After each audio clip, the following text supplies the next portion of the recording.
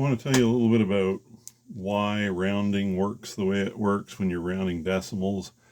A lot of times I see students really have a hard time with it, and I think part of that reason might be that they're not understanding why we're doing what we're doing. They're just trying to apply a rule. So I want you to take a look at this. So imagine that I'm trying to round to the nearest dime. So in other words, to the tenth of a dollar. And here's a bunch of different amounts that I'm going to round. So the first thing I want you to think about is, well, what does it mean to round to the nearest dime? It means I'm going to take each one of these and think about, is it closer to 250 or closer to 260? In other words, there's one amount that's a dime, so $2.05. This is $2.06 or $2.6. So I'm trying to decide, am I closer to this or this? And that's what it means to round to the nearest dime or to the nearest tenth of a dollar. So you can imagine 259 is going to round to 260 because it's clearly closer to 260 than it is to 250. You can see the same thing with 258. It's closer to that. 257, closer to 260. 256 is starting to look like it's toward the middle, but it's still a little bit closer to 260. So this is where the rule comes from that says if I'm trying to round to the nearest tenth, I look at the next number over. So here, if I'm trying to round to the nearest tenth, which is where the 5 is, I look at the next number over.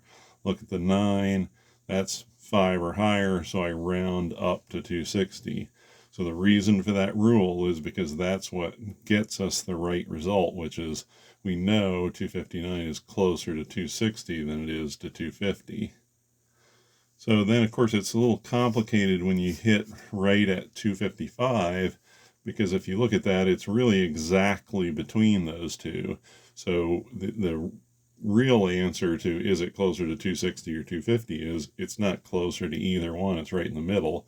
So that's why we have the rule that says if it's 5 or higher, round up, because we had to pick one. So we need to be able to round any number. And so we just said, if it has the 5 there, even though that really means it's right between those two, I'm going to round up to 260. And then same thing down here, you can see that these are all 251 is clearly closer to 250, 252, 253, and 254 are all closer to 250 than they are to 260. So that's why that rule of look at the next number over, if it's under 5, then you round down. So that if the 4 is under 5, I round down to 250. So now let's do a couple of example problems just to show you how rounding works.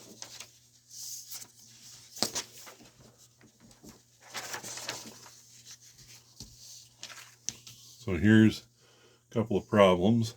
So this one says 8.45325 rounded to the nearest thousandth. So remember that means I'm going to count to the thousandths place. So this is tenths, hundredths, thousandths. So this is in the thousandths place.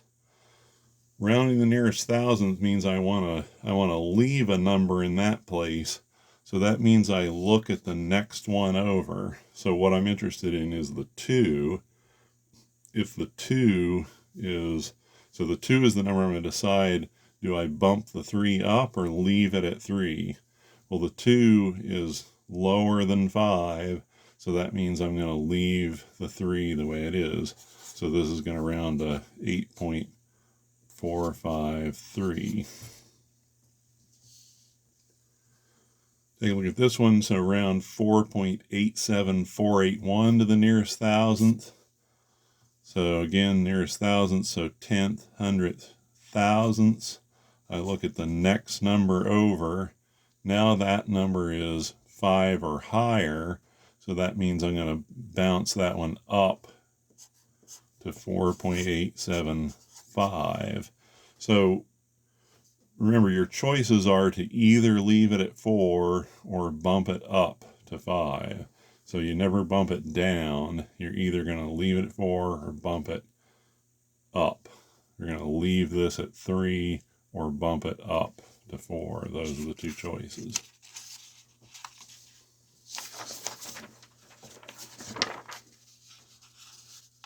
So round 3.93652 to the nearest thousandths. So nearest thousandths is here again. I look at the next number over. So this is that place where it's 5 or higher. Notice I don't care about this number at all. I'm only interested in the next number over from the place that I'm trying to round to. So I look at that. The 5 is 5 or higher.